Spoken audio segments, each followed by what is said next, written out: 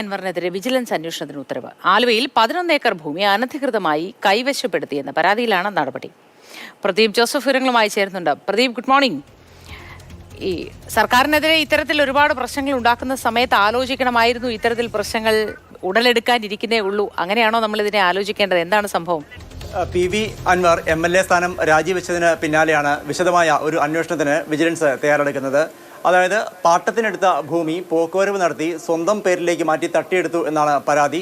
ഏതാണ്ട് 4 മാസം മുൻപാണ് ഇത് സംബന്ധിച്ച ഒരു പരാതി വിജിലൻസിന് ലഭിച്ചത്. വിജിലൻസ് ഇക്കാര്യത്തിൽ പ്രാഥമിക അന്വേഷണം നടത്തി ആഭ്യന്തര വകുപ്പിന് റിപ്പോർട്ട് നൽകി.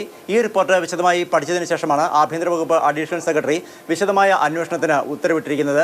ആലുവയ്ക്കടുത്തുള്ള ഏതാണ്ട് 11 ഏക്കർ ഭൂമിയാണ് ഈ പരാതിക്ക് ആധാരമെന്ന് പറയുന്നത്.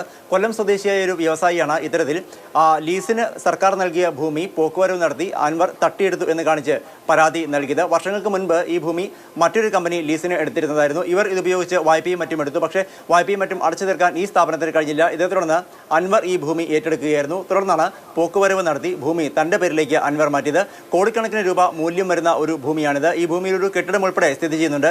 ഈ കെട്ടിടം പൊളിച്ചു മാറ്റുന്നത് സംബന്ധിച്ച ചില കേസുകൾ ഹൈക്കോടതിയിലും മറ്റും നടക്കുന്നുമുണ്ട്. അത് സംബന്ധിച്ചുള്ള വിധിയും മറ്റും വരും ദിവസങ്ങളിൽ വരാനിരിക്കുകയാണ്. ഇതിനിടെയാണ് PV അൻവറിനെതിരെ വിശദമായ വിജിലൻസ് അന്വേഷണത്തിന് ആഭ്യന്തര വകുപ്പ് ഉത്തരവിട്ടിരിക്കുന്നത്. ഇത്തരത്തിൽ പോക്കുവരവ് നടത്തിയതിൽ അപാകതയുണ്ടോ, ലീസിനെടുത്ത ഭൂമി എങ്ങനെ പോക്കുവരവ് നടത്തും, അൻവറിന് ഇതുകൊണ്ട് എന്താണ് നേട്ടമുണ്ടായിരിക്കുന്നത് തുടങ്ങിയ കാര്യങ്ങളാണ് വിജിലൻസ് അന്വേഷിക്കുക.